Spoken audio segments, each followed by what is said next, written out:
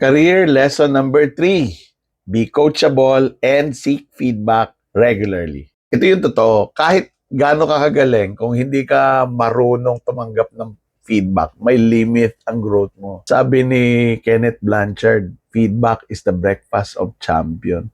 Nakakita ka na ba ng champion na hindi marunong tumanggap ng feedback? Madalas, iniisip kasi natin, ay, criticism. Pero feedback isn't an attack. It's a gift. No matter how good or bad it's given. Kasi hindi mo naman hawak yung skill ng ibang tao sa pagbibigay ng feedback. Nasa sa nagre-receive yun. So, yung mga mabilis matuto, hindi lang dahil matalino sila, kasi coachable sila. Marunong silang makinig, marunong silang mag-adjust. Kaya kung gusto mong tumaas ang posisyon mo sa kumpanya, huwag ka lang maghintay ng annual performance appraisal or evaluation. Regularly ask your boss or your teammates, itong mga tanong na to, may kailangan ba akong i-improve? Or how can I be more helpful to the team? So yeah, minsan masakit yung maririnig mo, no? Lalo na pag yung mga kasama mo sa trabaho, hindi masyadong magaling magsalita. Pero minsan, dun galing yung breakthrough natin sa pakikinig sa feedback ng iba. Remember this, leaders don't know everything, but they're always willing to learn.